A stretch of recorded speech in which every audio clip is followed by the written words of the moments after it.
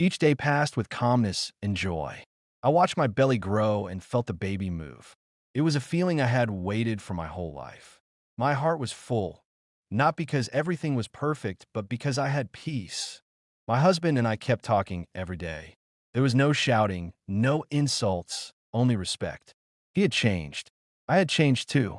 We were not the same people from before. Now, I live each day with hope. I know life can be painful, but can also bring beauty. I once lost everything, but now I have something new, a child on the way, peace in my heart, and strength I never knew I had. The day I gave birth was one of the most beautiful days of my life. I held my baby in my arms, and tears ran down my face. After all the waiting, after all the pain, after all the years of feeling empty, I was now a mother. My husband cried too, even though he was far away. He stayed on the phone all day, waiting for updates. When I sent him the first photo of our baby, he replied with one word: miracle. That was exactly what it was, a miracle. Even though my husband was not with us in person, he was always present. He called every morning to hear the baby's sounds. He asked about feedings, sleep, and everything in between. He had missed many years of love, and now he didn't want to miss a moment. He sent gifts, clothes, and even recorded lullabies in his voice. Sometimes I would play his voice while rocking the baby to sleep. It felt like we were all together, even across the ocean. I didn't rush anything. I was still healing, still learning how to trust again. But I was not bitter. I had found peace in taking things one step at a time.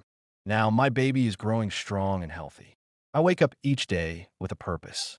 I am no longer just a woman who was hurt. I am a mother, a survivor, and a woman full of strength. My husband still asks if he can come and stay with us. But I always tell him the same thing: let's wait. Let's grow in peace first. And he always says, I will wait. You and our child are worth it. Our story is not a perfect one. It is full of broken pieces, but also full of healing. I don't know what the future holds. Maybe one day we will live together again. Maybe not, but I know I am no longer lost. After our reunion and the pregnancy, the second woman, his former second wife, began trying to reach out. She called him. She sent messages. She even showed up at his family's house one day, holding the child she once claimed was his. But the truth had already come out. DNA had confirmed the child was not his. The family who once accepted her now shut their doors in her face. She wanted to return, not out of love, but out of desperation. Life hadn't gone well for her either. The man who fathered her child had abandoned her, and she was now a single mother struggling on her own. My husband did not respond to her calls.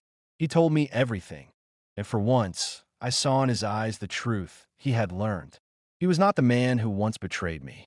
Life had taught him, and pain had humbled him. The woman who once entered my home with pride had now become a wanderer, moving from house to house, looking for someone to take her in. She had made her choices, and now she lived with them.